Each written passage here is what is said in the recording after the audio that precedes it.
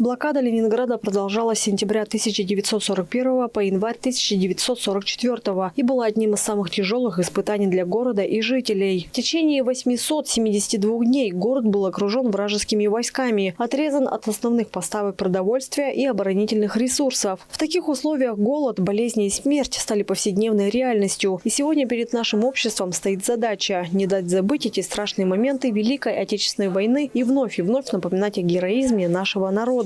Студентам показали минимальную суточную норму хлеба того времени – 125 грамм, продуктовые карточки и продемонстрировали видеофрагмент о жителях блокадного Ленинграда. Вы бы наелись, если бы в сутки ели бы только 125 грамм? Нет, не наелись бы. А для вас, если вы в сутки поели, вот потрогайте. Вот просто ради интереса ощутите, что такое 125 грамм хлеба.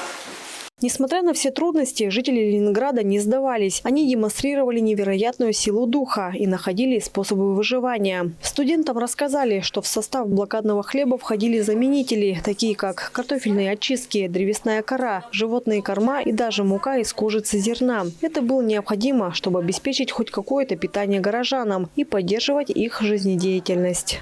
Я узнал, сколько длилась блокада Ленинграда. Я узнал, как делали хлеб в блокаду Ленинграда.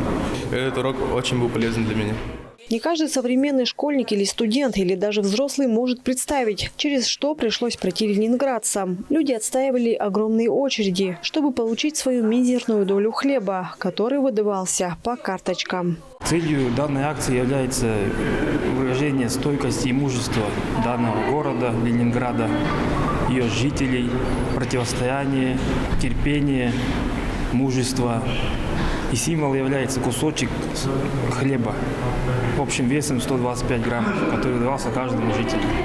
Блокадный хлеб остается важной частью истории Ленинграда и всей страны. Он напоминает нам о том, что даже в самых трудных условиях человеческий дух может преодолеть все преграды. Мы должны помнить и уважать тех, кто выжил и погиб во время блокады Ленинграда и Великой Отечественной войне. Инна Клоян, Мергена Юн, Самдан Иргит, Софья Сая, телеканал Тува 24.